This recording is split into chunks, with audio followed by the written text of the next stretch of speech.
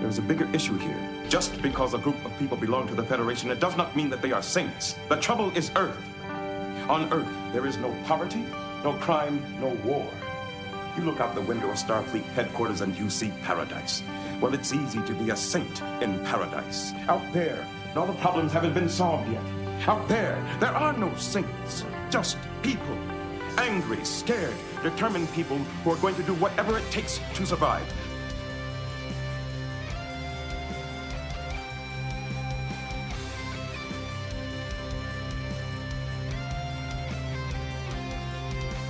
What I want to know is, out of all the stories you told me, which ones were true and which ones weren't? My dear doctor, they're all true. Even the lies? Especially the lies. On behalf of the Bajoran government and the Promenade Merchants Association, I officially welcome you to Deep Space Nine.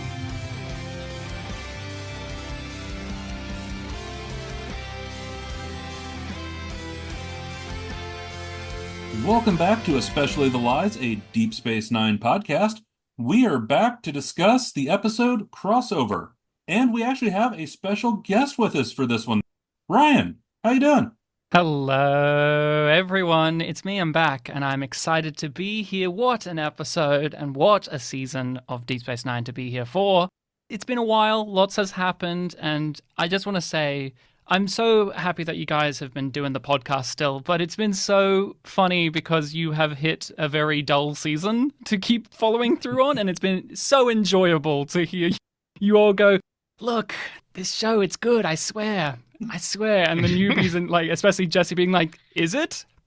By now in Babylon 5. Yes. And it's so fun as a nerd to hear that be said by people who didn't know what Babylon 5 was years ago to now say, but in Babylon 5 in season 2, this already happened. Shit, 8 seasons in, or 8 episodes into season 2, and we were fucking flying. It was great. Yeah, Londo at this point has already committed war crimes. In this show, not enough people have committed war crimes or whipped out their dick to play cards. That's what we're missing, is some whipping out of dicks to play cards. And you mentioned us coming back on a low point, though.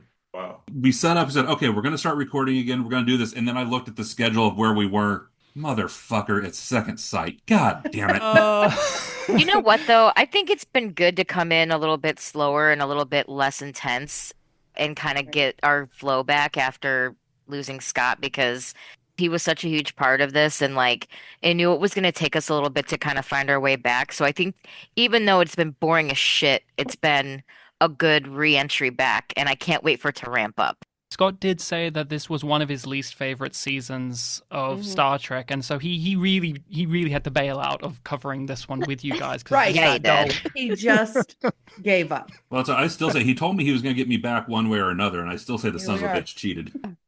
But Second Sight did give us one of the best lines we've had on this show from this season of Coochie Print on Blast, compliments of Chris there. So we do have that line that we have.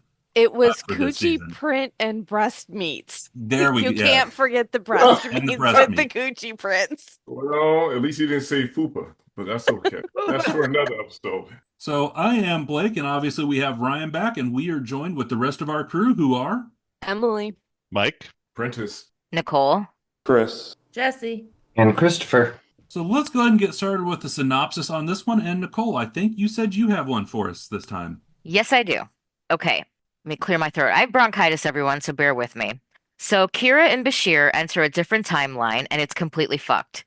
They meet doppelgangers of themselves and their counterparts, and they are also completely fucked. There's violence, death, manipulation, and betrayal, but in the end, there is some redemption. I think that was lacking. Like, I wanted you to call Kira Furline Kira or something like that. But anyway, go ahead. It's also horny. Don't forget it was also horny. Yeah. I have plenty to say about Doppelganger Kira, don't you worry. Doppelbanger Kira, yeah. So let's go ahead and get some first impressions from our newbies who are watching this for the first time. And let's start with Ryan's good friend, the prude herself, Jessi. So I'm actually happy that you guys had me watch the original series first. Wait, can you say that again, please? Because I remember your commentary. Nothing. You get past that. No, I think one of my final comments on that one was I did actually enjoy watching that. I don't really like time travel in alternate universes, and it's a strange concept to me, but it was less strange to me because we watched the original one. So it was kind of cool to see it in this one. And holy shit, Doppelganger Kira was fucking smoking in that black leather, whatever they had her in. Woo! Yeah, that made the whole fucking thing worth it. And I don't even really like women that much. That's what I've got. Are we sure? I don't know. We're not sure. Her mind is being slowly changed by this series. Yep. Listen, it's a new chapter and I can do whatever I want to. So be nice to me. Jessi, I think you should check out Star Trek Voyager. There's a character called Seven of Nine who also has a very tight outfit that may rock your world. I probably will never, because Prentice and I have had a number of conversations about Seven. Hey, we got 6 more seasons of this to go, and then we'll be looking for that next show. So 2028. Clear that up. We simply talked about her humanity and her journey to an individual. We thought that was such an interesting crisis they depicted in Voyager. Prentice, who are you trying to convince with that? Right. Are you running for office or something? Do we need to know about something that's happening? Because we don't send that Prentice away because we want the other one back. And Jessi, to answer one of the questions you asked when we were recording Mirror Mirror of why the fuck did you make me watch this? This is why. Yes. Yep. No, it made sense today. As soon as I saw Doppelganger Kira walk through the door, I was like, these motherfuckers. And let's get Chris. What's your first impressions on this one? So I know everyone's calling her Doppelganger Kira, but I'm calling her Sexy Kira. Yeah, the black kind of Catwoman-esque suit that she had on, the biting of the fingers, the sinister smirk on her face. Yeah, she took her fine shit up to 100 on this episode. I actually liked Mirror Mirror better. I was sitting back thinking to myself, Nichelle with the outfit, Sexy Kira, it's still Nichelle Nichols for me. Slave driver Odo, wasn't feeling him. That's my guy. And seeing him on an interstellar plantation, making people mine ore, I wasn't feeling that. Bashir, I was happy to see him actually get some slave work in because he was annoying the shit out of me in the first minute, pushing up on Kira. Couldn't pick up a social cue to save his life. I'm like, she's not feeling you and she doesn't even want to talk to you. Dog, just drop it. But overall, good episode. I don't know if Sexy Kira was sletting out the doppelganger Cisco or not, but I thought that was quite funny. I thought that was borderline hilarious. But yeah, I mean, it was a good episode. It wasn't my favorite, but entertaining. He did say something about her cutting off his dick. Yes, she did. It was implied. Well, I mean, yes, or something else. What else would that be, sir? Like that she did or that she would? She would. Okay. Yeah. No, he wasn't a eunuch. Wasn't like a have your Cisco spayed and neutered kind of thing. He wasn't a Ken doll Cisco. Oh no. Nicole, let's get your first impressions. God damn. Okay, so when I first started watching this, I thought it was hilarious how Kira wanted to meditate, but Bashir would not shut the fuck up. Then he asks her out, and she goes, "You should stick with Dax." And then he whoa, he got all fucking frazzled. That was hilarious. So when they get to this alternate universe, it kind of made me think of the Marvel timeline stuff. I don't have a lot of sci-fi stuff to reference, guys, so this is what came to mind. And then when I saw Doppelganger Kira, the reason I'm calling her Doppelganger is because I'm a big fan of the Vampire Diaries, and in the Vampire Diaries, they have doppelgangers. So when I see that, I think doppelganger. So I was getting Vampire Diary vibes where the doppelgangers are often bad, evil versions of the person.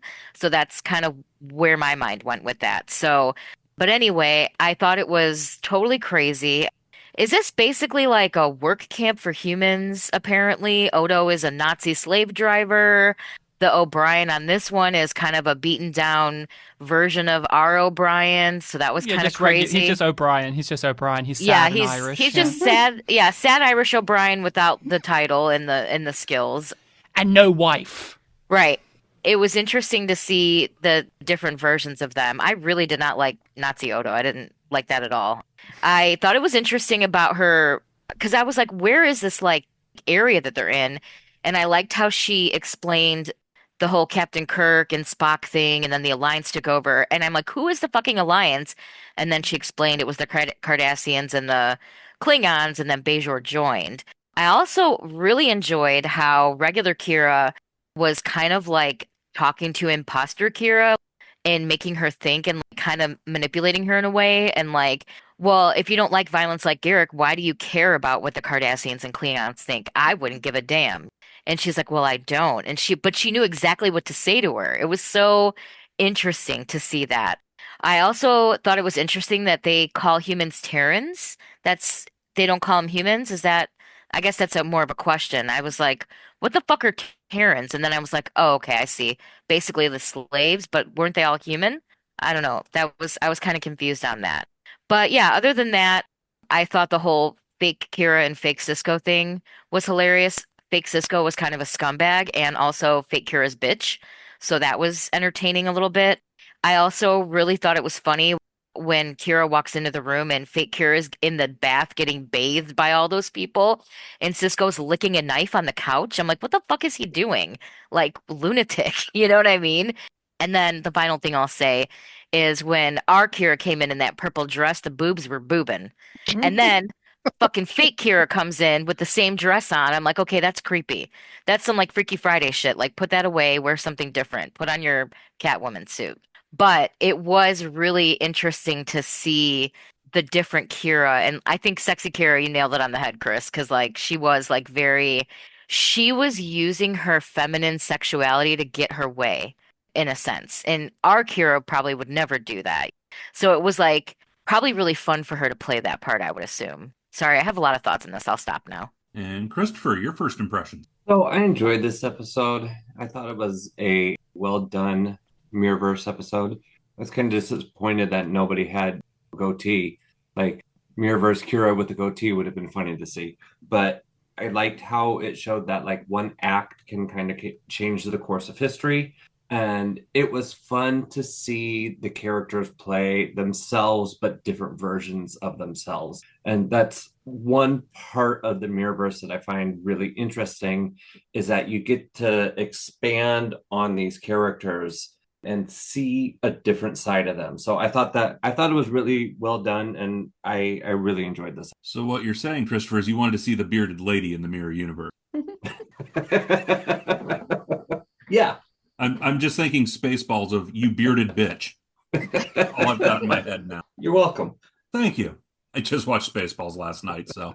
Sexy Kira with a beard would have totally killed the bathtub, the hot tub scene, man. That wouldn't have been a good look at all. Nah, I think it would be fine. That's not where my eyes would have looked. So that towel was working hard in that scene. That towel was really tracking with. I wanted to jump in and say that like Nicole does not speak for all of us about the whole dual Kiras and the boob dress. Like I would have been A-okay with it. We are learning so much about our cast this evening, so let's go ahead and switch over to our longtime fans to get their first impressions, and let's be polite hosts and start with our guest, Ryan. Yeah, I enjoy this episode quite a bit. I must admit that Kira is not one of my favorite characters in Deep Space Nine, but I love the performance of the Mirror Universe version of her. I think the actress just has a blast doing it. Playing it like this evil princess is really great. I like the fun details with Mirror Universe ideas, like, yeah, the concept of there's a universe, but we're evil over there, but what does that actually mean? What does that actually look like? I think this is good. I think it's an entertaining way to bring back a concept that hasn't been seen in the Star Trek universe, like in TV for decades at this point. This is like the first time it's been brought back, so that's kind of neat. But yeah, it's entertaining. I loved the cold open where it's just one static shot of Bashir just putting his foot in his mouth, and it just does not want to cut away. It just wants you to linger on him being the most awkward British man of all time. He just won't stop. And then the rest of the episode, he's treated like garbage. He doesn't get anything to do. He's just like, you get covered in mud. You get treated like shit. I have commented on it before that anytime Scott and I would have conversations about this show and he would say, "Oh, I'm O'Brien or I'm this character." It's like, dude, I've seen you flirt with people. You are Bashir 100%. I love him. I love what a loser Julian is. He's brilliant, but he does not know how to interact with people. I love also the gag that he's like, O'Brien is my best friend. He loves me. We're like this. And he's like, O'Brien fucking hates you, dude. I wrote that down too, because seeing Bashir's perspective of it, right? He tries so hard, and we can all see O'Brien as like, Julian, just leave me alone. And then he's like, he's my best friend. Love this guy. And we probably all have that one friend who thinks they're a better friend to everyone else than what they actually are. I might be that friend to a lot of people. I was going to say, are you asking for a poll? No.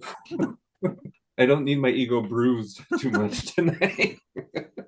But I did notice that, and I thought that was a nice little insight into Bashir. Prentice, let's get your first impressions. Hey, like I was saying earlier, it's always great to see Furline Kira, the alternate Vera Major Kira, and to see her being wild and wacky. She wasn't so much sexy for me as she was wacky. She did it was a little bit goofy, but overall the episode was fine. It was good to connect to the original series. I would say that sometimes the problem I have with this universe is that I'm just talking about from the episode in the original series and this episode, is that there's not too much differentiation between the characters. They are, to me, almost essentially the same people, just in slightly different circumstances. Instead of being, to me, what I thought they should have been in terms of really the polar opposite of who they are, or in the Prime universe. But other than that, good episode. Emily. What's not to like about an episode with Dominatrix Kira?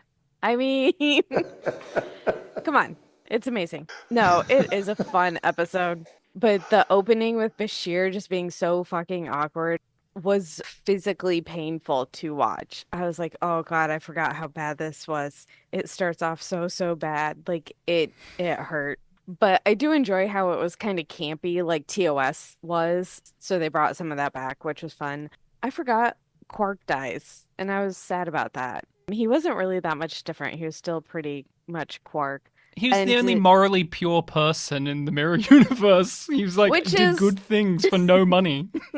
Yeah, which is kind of weird, but, you know, the scheming and the plotting was still very much who he is. And yeah, I gotta say, I wasn't a fan of this Odo, but it fits with this personality of, like, rules and rigidity. It's just, how does he implement them is a lot less pleasant, shall we say. But it's a fun episode. I like how some of the Kira's portrayals of Dominatrix Kira was a little bit campy. That was fun. Mike, how about your first impressions? I like this episode overall. I think the best thing I can say for it is enjoyable. It's not like a super deep episode. The overall storyline doesn't really do a whole lot besides just establishing some world building. It's a big nostalgia trip back to the OS episode launch. There's not really any other big moral implication or anything like that you're supposed to dig into. There's nothing beneath the surface. It's just kind of a fun episode to watch and enjoy it. And it does that pretty well. And I like that they revisited. I mean, if you look at the official listing, technically speaking, some people will argue that there are actually 2 TOS episodes that reference, but really it's Mirror, which y'all watch. There's one other episode where like they sort of retroactive, but anyway. But like in that TOS episode where it's all very much like, we just depict everybody as not a true mirror of their regular counterparts, like y'all were saying, but like they just put a campy evil spin on everything. It's like, how can we make this as bad as possible? Oh, everyone's a backstabber. Everyone's got gnarly facial hair, rampant killing, whatever. And I feel like what DS9 does with the Mirror Universe, besides like doing all those fun callbacks and making it kind of like a legitimized thing, is that I like how they take this kind of alt history approach to it. It's like, oh, because of Mirror, this is what happened and how we got to this point. And so now it is no longer like, it's really broken that lens of like, this is supposed to just be the flipped, everything black is white and everything white is black kind of deal. It's like, no, this is just a different universe where things happened differently. And I hope that they lead more into that down the road, and I thought it was kind of a touch. So, but yeah, I mean, like I said, it's overall just an enjoyable episode. I also enjoy this episode, and especially the callbacks to Mirror Mirror. And they talk about in the episode how exactly what we saw in Mirror Mirror with Kirk having that talk with Spock led to Spock taking power and making changes in the Empire, which then led to the Empire getting overthrown. And it's kind of an interesting take because they've been pitched mirror universe stories all through the Next Generation. And Michael Piller flat out said, these stories did not interest us. They didn't add anything. They didn't develop anything. But this one they actually bought into as a revisit because it connected back. It drew those, here was the implications. And even in Star Trek, for those of us who are fans of the franchise, they have what they call the Prime Directive, where it's the Federation's not supposed to interfere with developing worlds, so they don't change their history. They don't change the course of their development. And I think you could argue, going back to Mirror Mirror, Kirk made the mother of all violations, as you see through here. He interfered with that conversation with Spock, and you see the repercussions and consequences of that here, where the Empire got overthrown by this alliance of the Cardassians, the Klingons, and then apparently brought the Bajorans into it for shits and giggles. Well, and then, I mean, Bashir kind of alluded to that a little bit when Mirror Universe O'Brien was like, let me come with you. And he's like, Starfleet's going to have a problem with this. Mm-hmm. Right. So I think they alluded to it that, God damn it, I just lost my entire train of thought. But I derailed. Yeah. Like you were saying, it was there and they know that Kirk messed up, but that was kind of his thing. Right. But overall, as others have said, and Mike, I kind of agree with what you were saying too, is I like how this episode, how DS9 with this episode, they add a layer of nuance to the Mirror Universe over what it was in Mirror Mirror. And I think the writing and that layer of nuance they added it's not just the opposites. There's these other pieces. There's still maybe bits of the characters but with the different circumstances. So overall, I really enjoy this episode. It's one of my favorites. And actually, if you look at list of top 10 viewing episodes of DS9, this episode's usually in that list. So let's go ahead and switch over to some discussion. I already see some folks queuing up for that. So let's start with Nicole. I thought it was really funny in this episode how we had the rules of obedience versus the rules of acquisition. It seems that there needs to be a set of rules in every universe. So I was just kind of giggling to myself because Odo and his rules of obedience and bitch slapping Bashir over and over again. Well, and very and entertaining. In B5, we had the rules of interspecies mating. So see, there's rules everywhere. Yep, exactly. So yeah, it kind of gave me a chuckle that was what the rules were in this one, not the rules of acquisition. Right. There was a lot of playfulness of obviously what's different, but the similar little wink and nudging gags. Like Quark was the one that said, I'm just a simple barkeep, instead of Garak doing, I'm just a simple tailor, I'm just a normal little guy. And Garak having the line of how much he is interested in outfits and dresses and tailoring, which is just cute little referencing there. And they even mention hey, when Odo, who's a piece of shit in this version, when he gets killed, by the way, Bashir did not blink an eye at killing an image of someone he knows. He did not wait 1 second to fucking blow him up. He blew up. Odo blew up. He did not regret it at all, but even his version, they reference hey, he's the last of his species. We don't know what his deal is. He was unique and special, and you took that away. How could you? Even that emphasis on Odo is still brought in, even with an evil version of his character. So I liked many aspects in that way, and I just like the weird little relationships of the mirror counterparts, like O'Brien and Sisko, and just how much O'Brien hates being called Smiley. And Cisco's just yeah, but Miles is a stupid name. I'm going to call you Smiley instead. And just that actor who plays Miles O'Brien, he has the most hangdog face. So the whole episode, he's not smiling ever. And he just looks so miserable. And it's just quintessential Miles O'Brien must suffer. One of the big moments of the episode is just the camera slowly zooming in on his face as he just says he would love to have dreams, and Major Kira's counterpart is you don't deserve that. I do love how in any universe O'Brien must. Chris, what have you got for us? I was gonna bring that up too, Ryan. The scene where Bashir, he just didn't hesitate. He pulled out that thing and he let it ride, and then Monsieur Odo Candy on DS9 Unchained just got blown up right in the middle of this interstellar plantation. I was like, damn, Bashir, okay. And then he almost started a little revolution there. Yeah, I thought that was funny. But yeah, you guys know Odo's my favorite. I hated seeing him out there like that. He was out in the streets like bad dope all episode. But I guess he had to go out that way. So, But yeah, Ryan, I was thinking the same thing about Bashir. He blew up though. I didn't understand that. I'm gonna have to watch Django Unchained. Mike. Yeah, the thing about I think I really appreciated about kind of how they went at this episode with the nuance really had to do with the characters. And like you watch Mirror Mirror, and the one that strikes me in particular is we don't actually, well, I guess we get to see Mirror Kirk a little bit, but like they are just straight up evil versions of themselves, and that's all the depth that goes in it.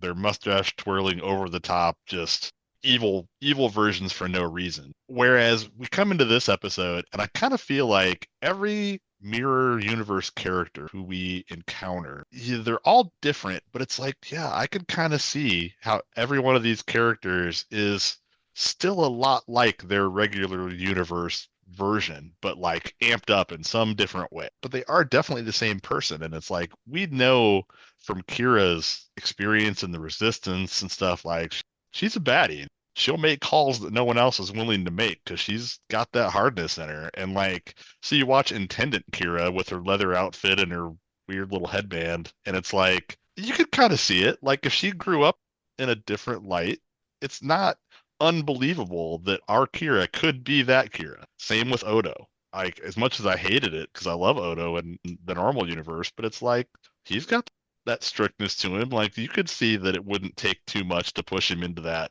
light. And then the big joke I have to make is like their version of Miles is nicer than ours. And like, what does that mean? If you go to the mirror universe where everybody is the opposite of you, and like the opposite version of you comes up and is like, yo man, you want like a sandwich to ride to the store? And I'll be like, oh shit. Like, am I the bad one? I think, Mike, to your point, and it was already made a little bit about Quark having that streak where he's the one who they went to do. He was the one who could get you anything that you needed. He was helping the Terrans escape, right? And that was in the Prime universe. They've talked about it where he was helping the Bajorans get to help feed them, right? Mm-hmm. So I did like how they did take kind of like one little part of their personality and just kind of tug on that string a little bit and saying, this is what they could be if we tugged a little bit harder on this string instead of this one. You could have sympathetic Quark. You could have overbearing, hard-ass Odo. And I really enjoyed seeing Cisco, instead of being this kind of stoic commander, he's out there and he's laughing and he's trying to have a good time. Opulent is, like he wanted opulence, I think is what he said in the episode. And he's Cisco without a child. Yeah, he's got no child to tie him down. No tragic loss in his background. And Garak has a job. Like, you see what Garak looks like when he's given authority, something that we know he doesn't have, right? Like, we've watched the show so far. Garak is just a guy who's forced to live on Deep Space Nine, and he's just here. But this episode is like, what does Garak look like if he had that authority? And he doesn't seem much different. He just is more overt. But even then, like, the difference is he doesn't use subtext as much. He's more just overtly like, I'm going to do shady shit. And that's kind of neat. And also just like one of the things to mention too is they play, like the evil Kira plays up the idea of we're the same. You have to love me because if you don't love me, then who can? And like she as a character is trying to play that narrative, and Kira herself is uneasy with the idea that you can play it that easily. Like, you can't. We are two separate people. We are from two different backgrounds. We are from different walks of life, but here you are looking at me and I'm looking at you, and you can't help but be overwhelmed by the idea that maybe we are the same. Nicole? This wasn't my original point, but I just want to point out that Garak still did bring up tailoring on somebody's outfit in this episode, which I thought was hilarious. Tailoring and murder apparently are his specialties. Everybody's got to have a hobby, Nicole. Exactly. Yeah, but is it tailoring or murder? Which one's Right. the hobby? Which Exactly. That's true. I thought it was interesting, not to go back to the Bashir thing, but how you guys said Bashir killed Odo with the quickness, no hesitation. Literally right before that, Odo was telling him he was gonna die. He's like, "Oh, too bad you won't be alive past tonight." So of course he pulled that fucking Glock out and shot and took him out. Because if somebody came to me and was like, "You're not gonna make it tonight," oh yeah, bet. Bam, motherfucker, it's gonna be you, not me. You know what I'm saying? So good on you, Bashir, for growing a pair of balls and handling your business like a boss to get the fuck out of there. So I was kind of like, yeah, go, even though I didn't want to see Odo explode, but Nazi Odo, bye, boy. I wanted to see that Odo explode. Yeah, like he didn't have much redeemable about him, right? Right. Like, but yeah, it was pretty entertaining to see Bashir be like the hero of the day and just be like, "Pow pow, motherfucker," you know, like. I made this point like in a couple episodes ago. Like y'all were ragging on Bashir for like, why did they bring him on the away mission? And I'm like, dude, Bashir is a socially inept badass. Like, and just to add something to Nicole's, she's not fucking playing, because when we went to girls' weekend, I brought my firearm because I don't go anywhere without it, and she's like, "Can I see it? Can I hold it? Can I play with it?" I'm like, no. Like, wait, tell them what I did though. That's too much excitement. She took it. I cleared it. Yeah, she took all the bullets out to make sure she wasn't going to shoot anybody with it. And then she holds it sideways like she's a fucking gangster. Oh, you Americans are so normal. It's so normal to hear these stories. It feels so much warmth. She's never held a gun before. The first thing she does is hold it sideways. She does. That is straight up hold like 100% giveaway that you have no idea what the hell you're doing. I just grew up in the 90s and I watched a lot of movies and that's what they did. Unfortunate. I just hear Nicole saying, like in Scary Movie, when what was it, Scary Movie 2? When old girl's like, "That jacket's tight, run that shit, bitch." Nah, I mean, I just see Nicole holding the gun like that. No, imagine Malibu's Most Wanted or Most Finest. Jamie Kennedy, that was me. That movie has not aged well if you watched it recently. No. It is rough. Wait, a Jamie Kennedy film not aging well? No, I can't believe that. I have not had the chance to hear the Mirror Mirror discussion yet since we're recording it ahead of time. But I like Mirror Mirror as an episode because it's an allegory. Like, it's an idea, it's a concept. Like, what happens if we had an evil federation? What would that look like? It's basically, it's fascism, it's colonialism, it's all of these high concepts that humanity itself is capable of doing. We are capable of having systematic injustices. And we can say, I know, you're shocked.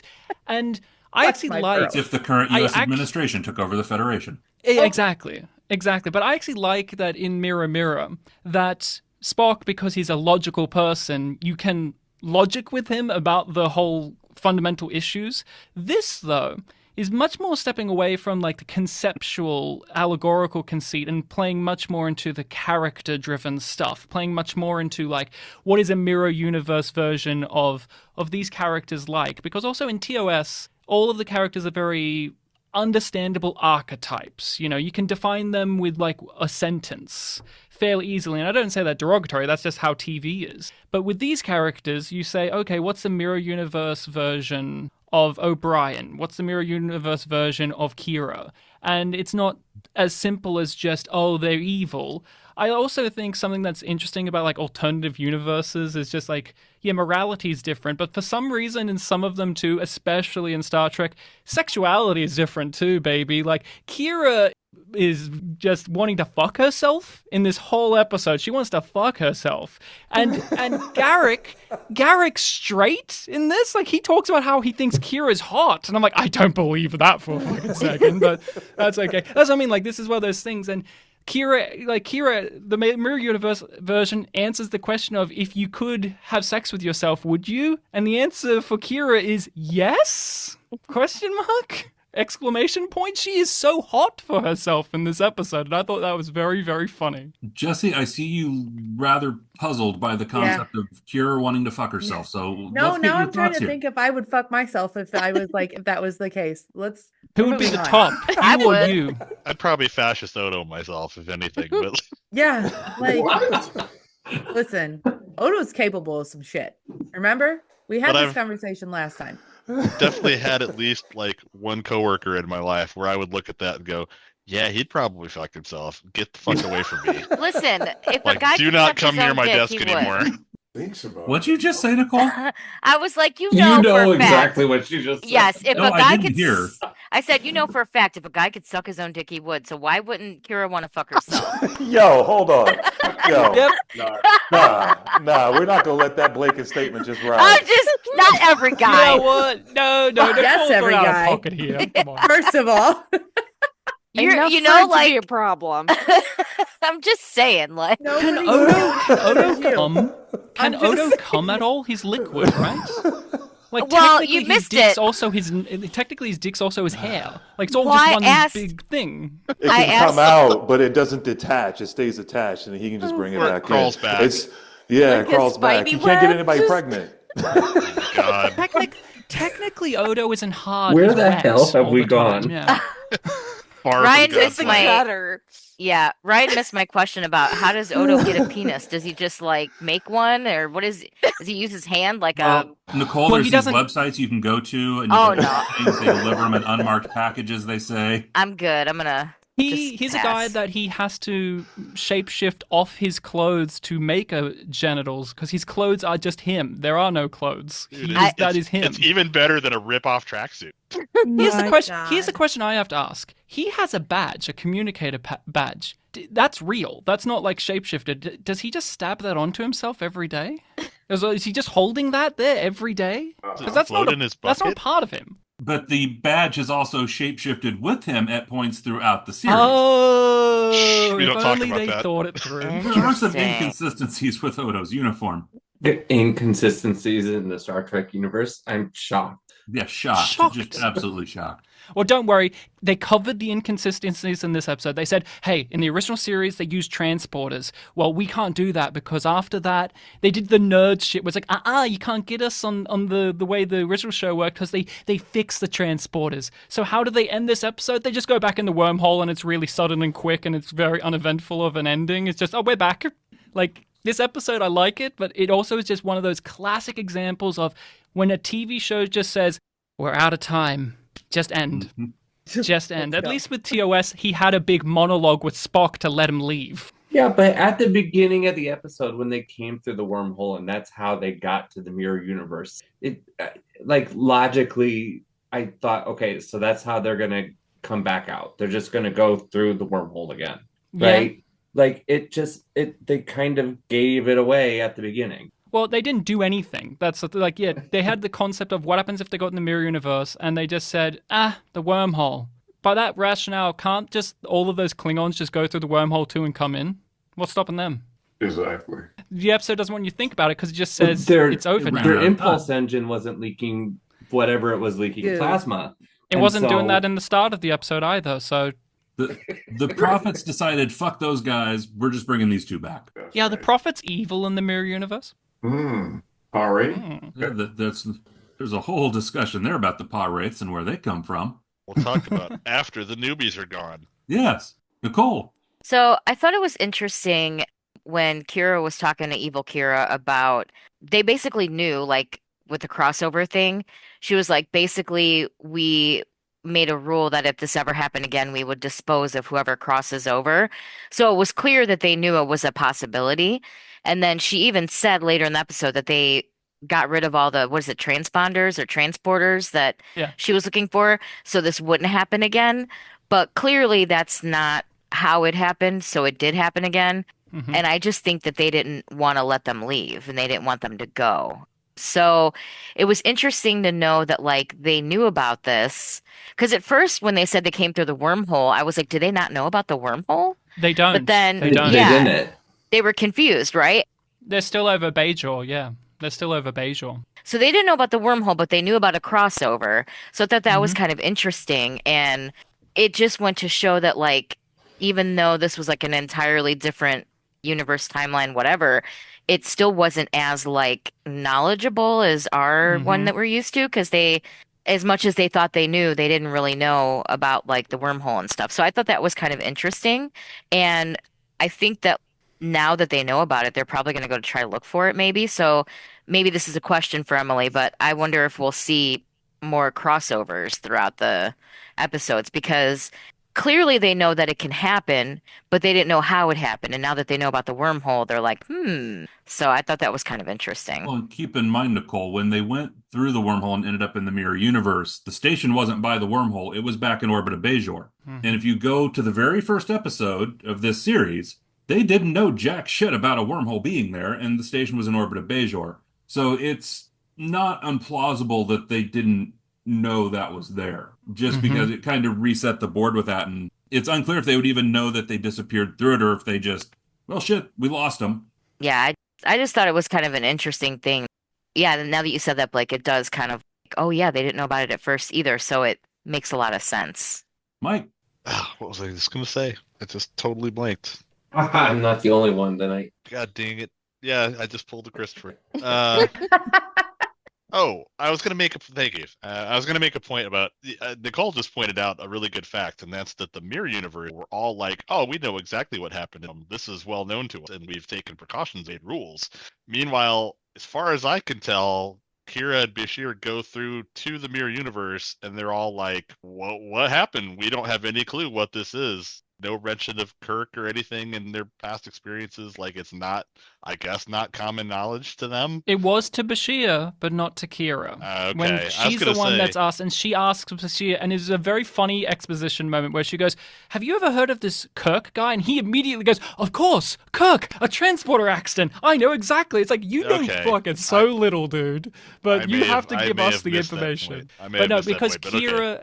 And this is the fun thing, like, this show in particular, in Deep Space Nine, we have a large amount of characters who are not humans and not Starfleet officers either. So they also don't know the canon of the show that they're in, because why the fuck would Kira care about James T. Kirk when she was starving, when she was young? And I thought that was an interesting detail of, in whatever universe it is, the Bajorans are an oppressed group who want to rise up and become powerful, and it's always the question of what happens when an oppressed group gets power themselves? Do they become an oppressor as well? Like, that's a part of the dialogue here, because she plays up to the evil version of herself of, you could teach me. I could go back to my version of Bajor and use your methods to lead our people into this renaissance of power. And it's like played very well in that scene where how much did you believe that she was actually wanting that as well? There's like a little bit. And there's also like a little bit of excitement from her when she sees that Cisco is the second to her in the other universe than it is in their universe. Like, there is a part of it was like, he's a good, noble man, but also he is my boss and also prophet leader Jesus figure. I don't know, it's just a weird dynamic, but yeah, it was just interesting. Like, even in this universe, the Bajorans are still oppressed people, but now they have the power, so they're going to oppress others. Any other thoughts on this episode that anyone wants to jump out there with or talk about? I was utterly repulsed. He shot, and now I can't remember who it was that shot Odo.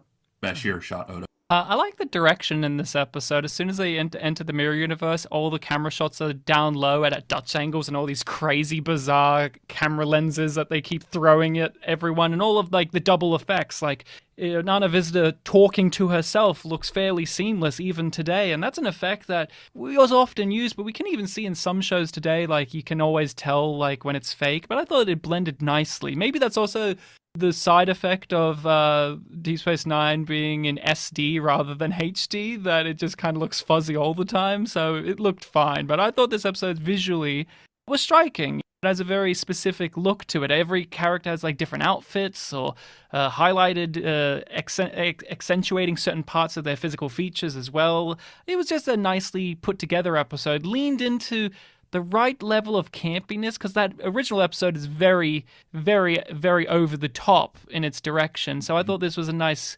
complement of what Deep Space Nine's usually like, while also throwing back a bit. If this shit doesn't get better, I'm gonna punch you, and next time I see Scott, also Scott. Why me? I never said Deep Space Nine was better than B5. I never said I that. didn't say it was better, but you did say that this season sucks and it gets better. I didn't say that part. Has it not?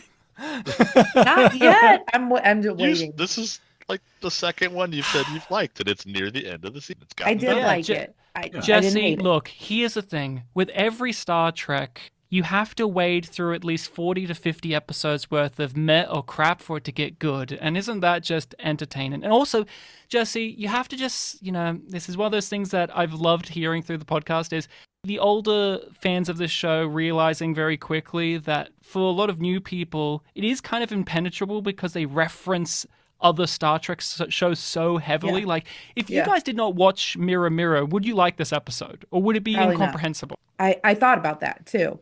I probably would not have liked it as much as I did. And I also don't like the way that you say my name sometimes. What? How do I say it?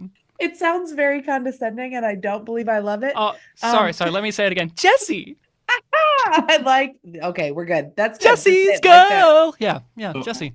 I'm going to pick a fight on this one. When you say you have to go through 40 or 50 episodes of crap per series in the franchise, does that take into account like the 170 out of 172 episodes of just shit that is Star Trek Voyager? Oh, I love Voyager. I know.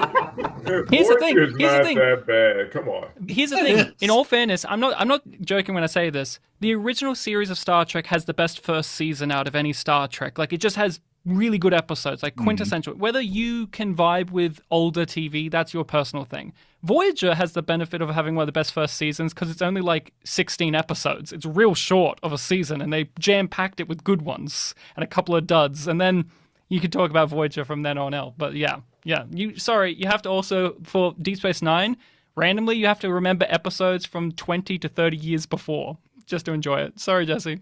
Bye. We've lost Jessi. I was thinking about that as I was watching this. It's like, I understand why you guys had us watch Mirror Mirror. And I'd seen it before, so I would have been okay watching this because I've seen it. But I would have liked to have seen, almost had done it in reverse. Like, have us watch this one and then have us watch Mirror Mirror and then, see the reaction and be like, you jackasses. This is... You can make it up to Christopher by going back retroactively and watching each episode with the Klingons from Blood Oath in that episode. You can go back and watch all 4 episodes of TOS with those 3 Klingons played by the actual same actors. Well, we are going to watch one of them. Yeah. Better appreciate. Hey, Nicole, would you like to go? Nicole, It'd be nice. Yeah, I was just going to say, I wanted to comment on Ryan talking about the filming of this episode and the visual. I kept thinking Parent Trap because Lindsay Lohan with herself, because there's really no way to CGI that, or you literally have to film 2 different sequences of you talking to nobody. So I thought it was really interesting that they were able to kind of do that and make it look good in the 90s, because that's not easy to do. So I also just kind of wanted to comment, that's what I was thinking when I was watching. I'm like, oh, this is very Parent Trap. I also wanted to point out that I actually didn't watch Mirror Mirror because I was on my cruise when it was recorded and stuff. So this was all brand new to me. But vacation is no excuse for failing to do the homework, Nicole. I know. I'm sorry. I did. I failed the assignment, but I will say I did really like the episode, even though I didn't see Mirror Mirror. So it was all new to me. So I thought that was kind of maybe even a cooler take to watch this one. Jessi. We should make her go back and watch it just because. We should. Oh, I will. I agree with Nicole because I was watching it and it was odd to me that one Kira looked very comfortable while speaking to the other Kira, and the other Kira looked like she was staring off into space, which is odd because they're both the same person. But I do agree that they did a fairly good job being able to, at one point there was one that looked like it was a mirror, and I don't know I have 0 idea which one it was, but it looked like she was legit talking to a mirror. But the other one looked very comfortable. So it was interesting to see that they could do that back in the 1900s. Wow. I liked when the mirror version grabbed the chin of Major Kira and started stroking it sensually because she wants to fuck herself. She wants to fuck herself. From the production on this one, and we've mentioned Garrick in this a little bit, but the original plan for this episode, so take the lines that Garrick had and the role that Garrick played in this. The original plan was they were going to bring Worf over from the Next Generation, and a lot of the lines that Garrick had in this episode were originally Worf, what was going to be Worf's lines in this episode, and most of what the character that they created, the Klingon Telok that was in there, most of Telok's lines were what Garrick was originally going to have. So Garrick's character was originally going to be Telok, and Worf was going to be Garrick, but Michael Dorn was actually filming the series finale of The Next Generation when they, at the same time this was in production, and they couldn't have him in both places doing both productions. Worked out all the better then, didn't? Yeah, because I think this is a great one for Garrick, just in even in both, to have Garrick in that role. And yeah, I don't think it would have worked having Worf as Garrick in this. No, I don't. I think that would have been. I'm glad that didn't happen. This was, I think, the much better option. I liked when Dax showed up at the end to remind you she's in the show too. She's like, "Hi, it's me. I also exist. There wasn't a mirror universe version of me because that would be too sexy." Still super hot every fucking time. Straight. You get to see where the spots go all the way down. Wow.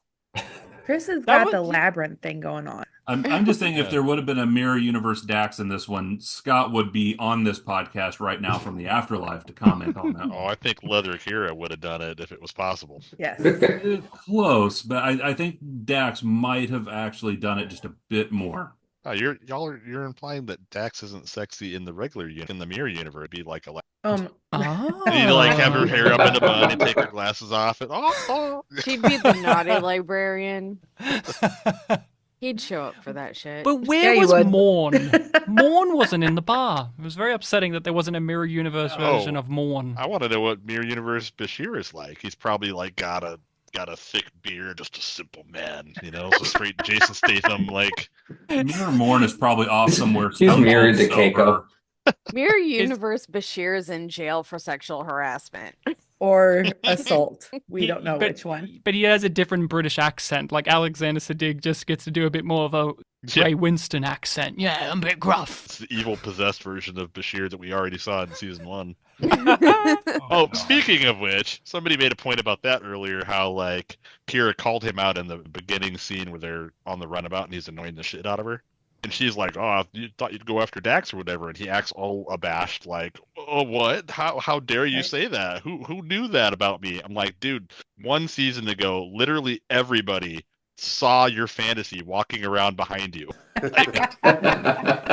There is a bit of joy to remember that the actors of Bashir and Kira were married at one point, so you get to see them in this scene where they have anti-chemistry. It's like the opposite of what you would usually do in this. Given how short that marriage was, though, I'm not sure that the anti-chemistry really was that much different. I don't know.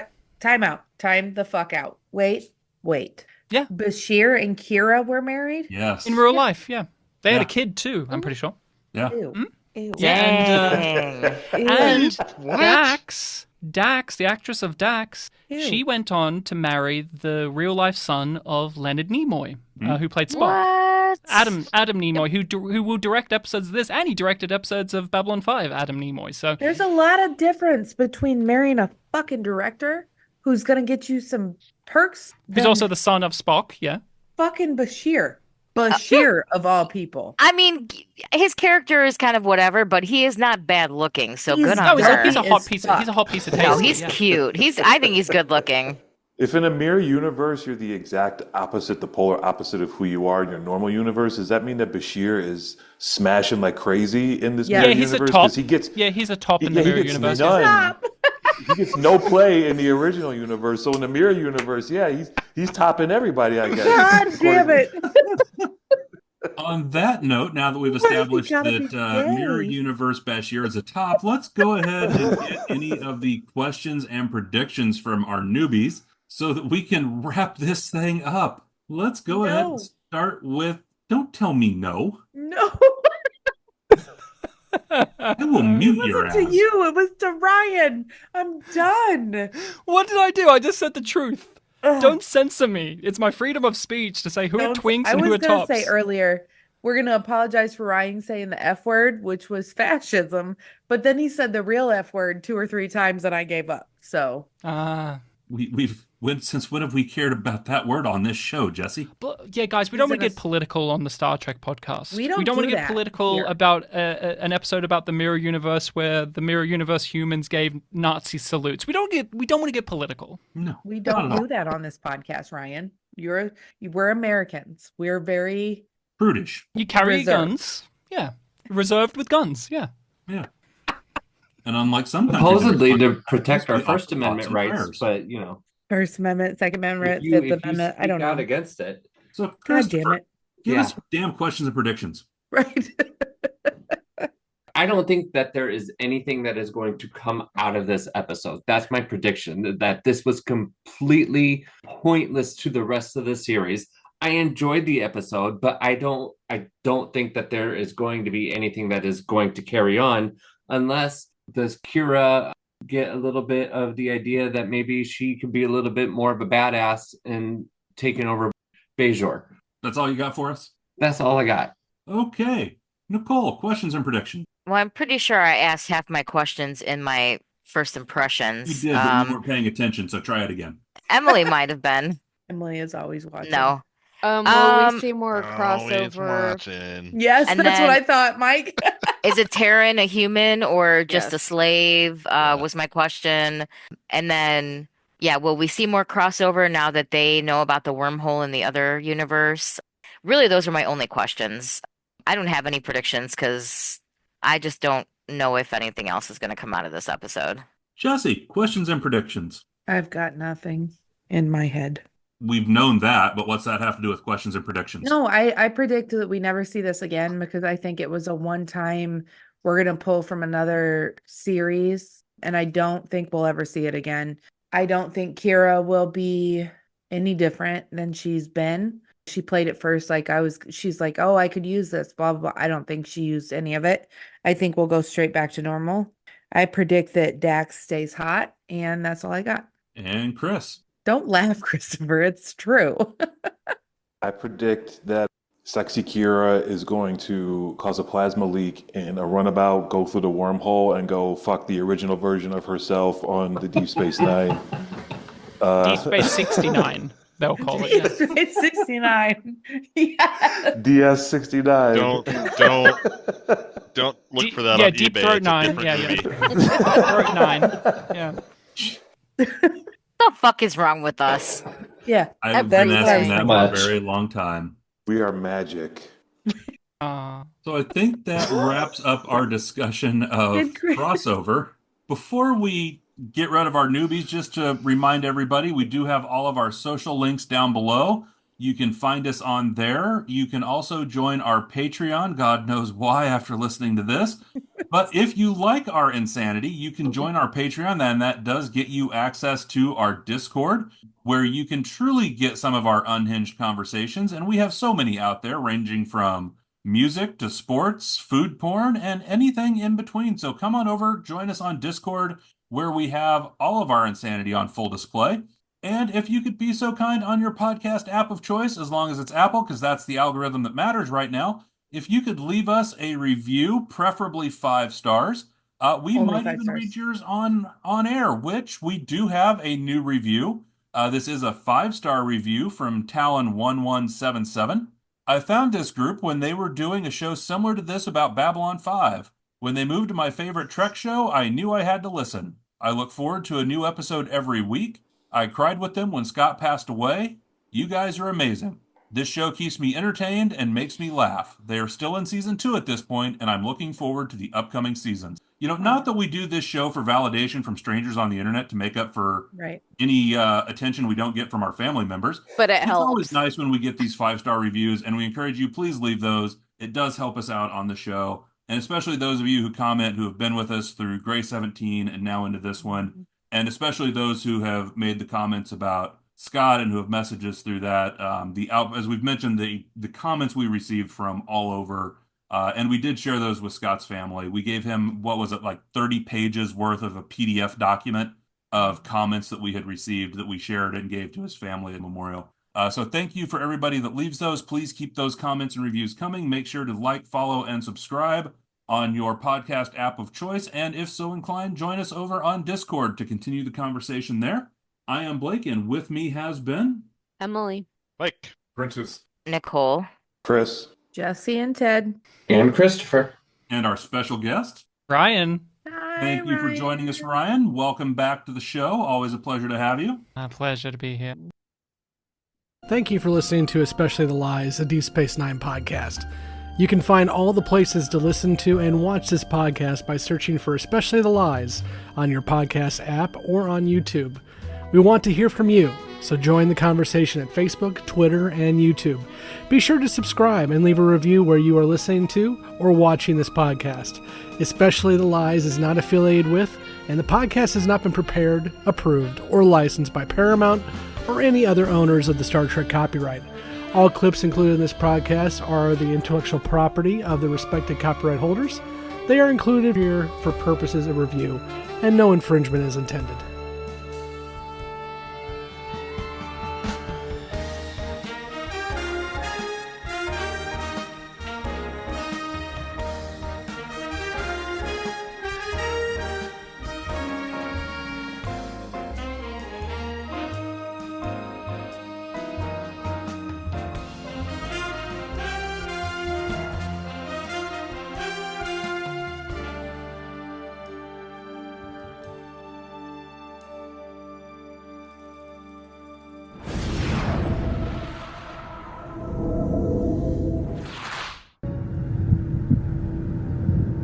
Why have you brought me here?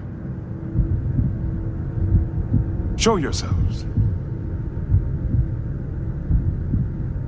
What do you want? The Cisco has returned to us. He arrives with questions. There are always questions. Welcome back to Visiting with the Prophets. If you have not watched Star Trek Deep Space Nine past crossover and don't want any spoilers that we've not already accidentally dropped in the main show, you should probably head on back through the wormhole now and rejoin our newbies. But we have an extra prophet with us. Ryan has stuck around. We haven't scared him away yet, so he's here for the after show to talk a little bit more about DS9 and what may be coming ahead. And before we get to our newbies' questions and predictions, Ryan, what do you think about where our newbies are at and what they have to look forward to coming up with this show? Well, I am keen to know if Jessi will like the show by the end. That's my biggest... Because even with B5, I could tell as a listener she would. With this show, I'm less sure. That's my big one. I think the other newbies are very welcoming and looking forward to things. I think that Nicole will go crazy for the Bashir being a genetically modified human. I think that storyline, I think Nicole will get a kick out of, especially, as well as just any further... I think Nicole's going to cry when it's going to be a continuous thing that Miles O'Brien must suffer. I can't remember. You haven't gotten up to that episode where he's been tortured, where like they put him in that like mental scape where time speeds up and he lives an entire life. So she's going to love that episode. She's going to be like, guys, this was my favorite. Now Nicole's going to be miserable during that. But no, I'm looking forward to seeing how things shake out. Look, I think once they have like a series-long antagonist with like the Jemadar and the Founders, and of course Weyoun being present, I think things will come to much more focus for the newbies because like there's a clear direction. But at this point in the show, it doesn't have the clearest direction other than like little teasers and like little callback episodes like this, where it's like, hey, do you remember the TOS? So do we.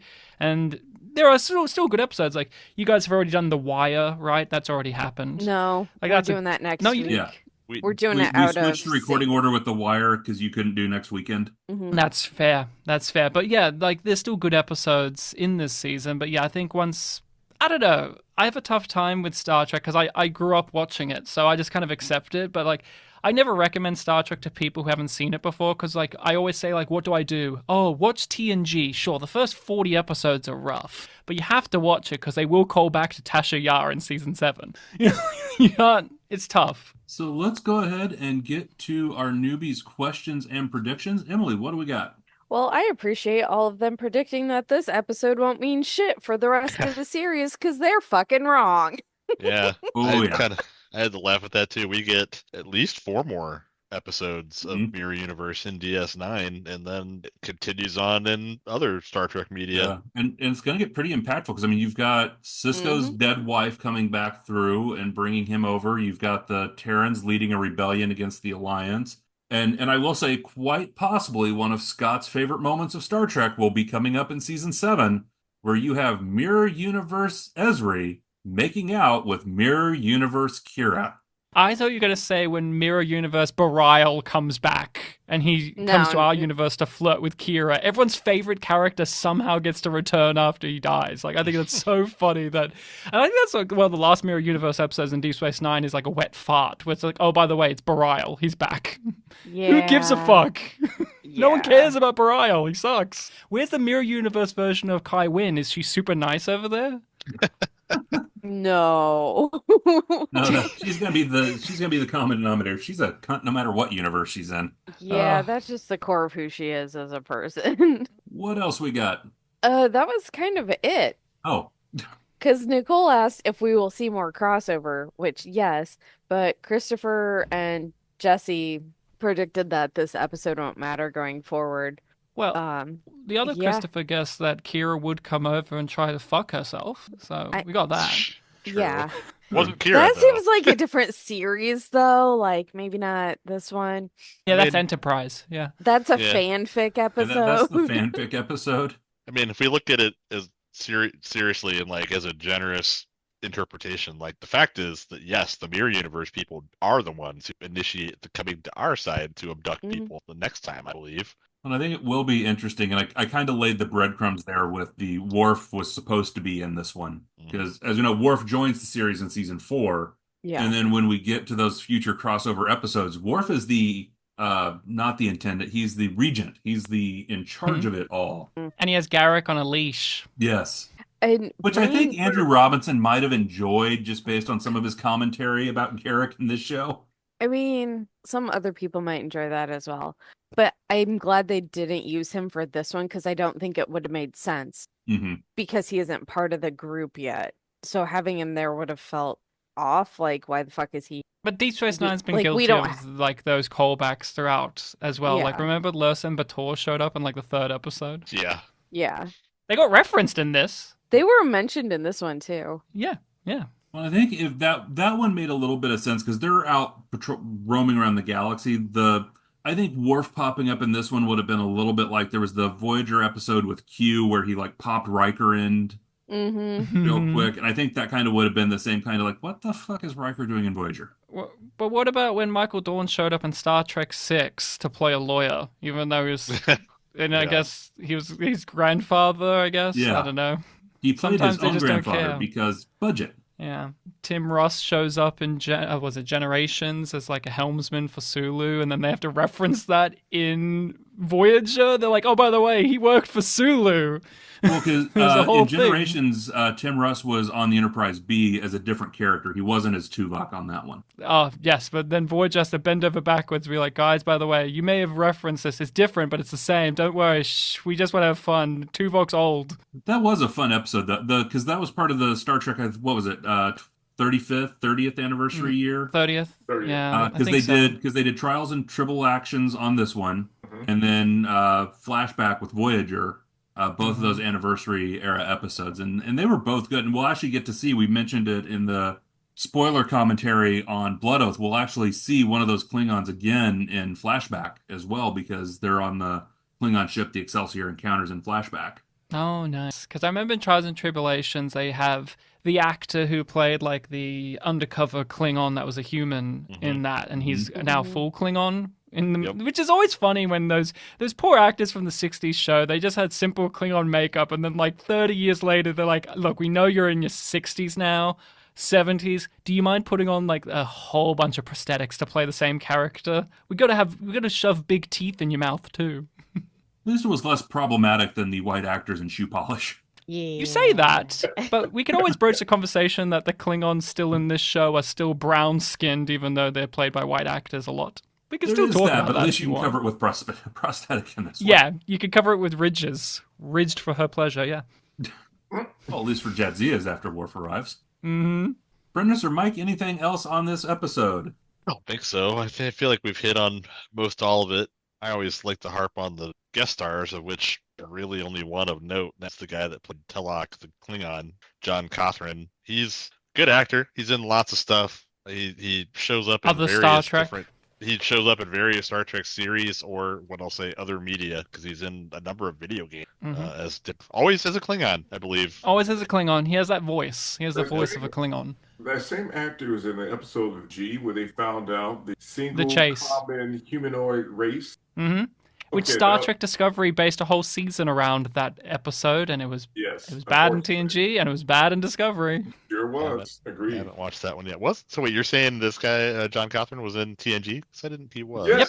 Yes, he was. Yep, He yep. was in the episode where they found the He same was the progenitor for the. Oh yeah. race. Okay. Mhm. Captain Nudak. Gotcha. Always a Klingon. That episode of The Chase had the first ever female Cardassian in it that we'd ever seen before, and there was some fun stuff with that because we don't see them that often, so it's kind of interesting. That wraps us up for this one. Again, if you make sure to check out all of our social media links down below, our Patreon is also down there, which gets you access to our Discord. And you can follow us on all of those, leave your comments, leave your reviews, and we may read them on a future episode. And Ryan, thank you for joining us. We will definitely have you back. I've got some other episodes in mind that I think you'd be a good one to join us for on these. I have episodes in mind as well. I'd love to talk about that one where Tracy Scoggins comes in as a female Cardassian who wants to fuck Miles O'Brien. Like, that's the whole plot, is she wants to, she's like a scientist, and she's like, you're hot, which is just such a great plot. It's just Captain Lockley herself. We'll talk list and we'll make this happen. We forgot The horny Tracy list. Scoggins shows up in this. That's they're gonna lose that was their before minds. B5. Excellent. So I think that wraps us up. Thank you for joining us. We will be back as we discuss The Collaborator with everyone's favorite Bajoran Vedic. Yay, Space Karen. Space Karen returns. I have been My Blake, and child. with me has been Emily. Mike. Prentice. And Ryan.